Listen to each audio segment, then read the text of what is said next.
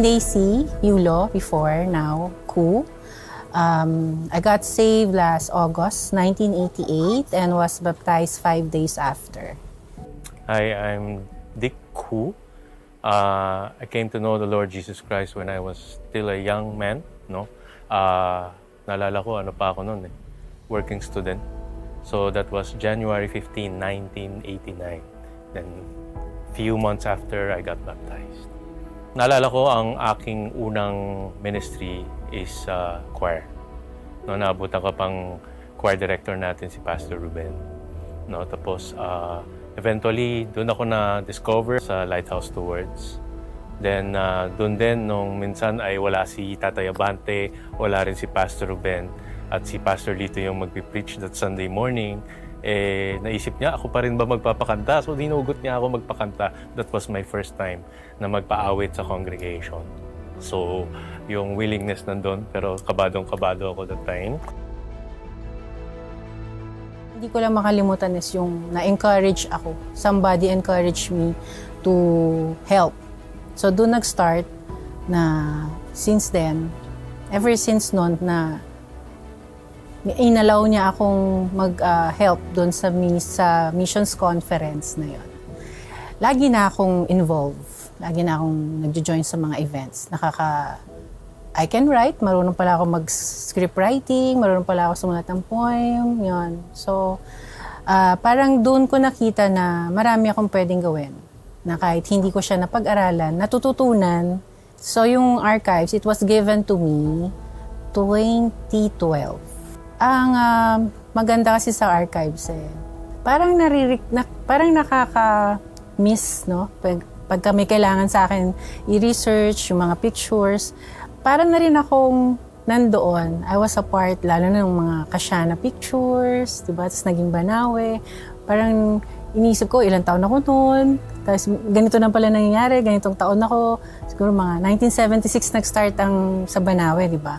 So, 6 years old lang ako noon. Ano bang ginagawa ko ng mga time na yon? Mga ganun yung naiisip ko tuwing nagsasearch ako. Tapos, isa sa mga dapat kong gawin is yung to digitalize yung mga preachings ni Tatay. So, doon pa lang, nare-review ko siya, no? Naririnig ko siya ulit. Pati ngayon, pagka after ng mga preachings ni Pastor, nag-edit naman ako ngayon ng The Pulpit. So, nare-review ko ulit yung mga preachings. So, yun yung, parang alam yung babad na babad ka sa salita ng Diyos. Eventually, ay naging Sentinel. I'm not sure if first batch or second batch ako ng mga Sentinels, pero nag-umpisa ako sa Novaliches District Fellowship. Then after that, Banawe District Fellowship. Tapos Sampaloc District Fellowship. Tapos ngayon, Lighthouse 1 District Fellowship. Then eventually, naging rin ako, Pastor's Men. Pastor entrusted me na hawakan yung isang arm ng The Great Lighthouse Foundation. Aside from being part of the committee ng LEAP, part of the committee ng LA board, pinahawak sa akin ni Pastor ang isang arm. Yun yung Community Assistance and Relief Endeavor na mas kilalang CARE. No? So under CARE, dun yung ginagawa po natin ng mga community wellness outreach program, mga bloodletting drive, milkletting drive, mga wheelchair assistant, no? Ginagawa natin pamaskong handog, no? Under CARE, doon din one Sunday morning ipinaalam ko kay Pastor if I can gather all medical professionals na members ng Lighthouse. So doon nabuo yung All Lighthouse Emergency Response Team na mas kilalang ALERT. Dito ko narinig yung mga kung gaano kayaman ang biyaya ng Panginoon sa atin. At talagang paulit-ulit na ang mensahe ng ating pastor, kahit parehong verse minsan, pero iba-iba yung kanyang mga mensahe. Doon ko na-realize na nung tinanggap ko ang Panginoon bilang aking tagapagligtas, tinanggap ko rin siya bilang Panginoon ng buhay ko. Na ang biyaya ng Panginoon, sabi nga, nasa atin na So, hindi dapat manatili lang sa atin, kundi dapat mag-outflow. So, hindi dapat na parang masyadong nagiging pakabig ang mentality kapag lahat ay nanatili lang sa iyo lahat ng biyaya at pagpapala mula sa Panginoon. So, parang na-challenge ako na to do more for the Lord, no? At hindi lang basta umuupo lang at nakikinig lang sa preaching. So, kailangan may pagkilos. We need to gather as Lighthouse family. Why? Because lahat tayo, una sa lahat, ay magkakapatid sa pananampalataya.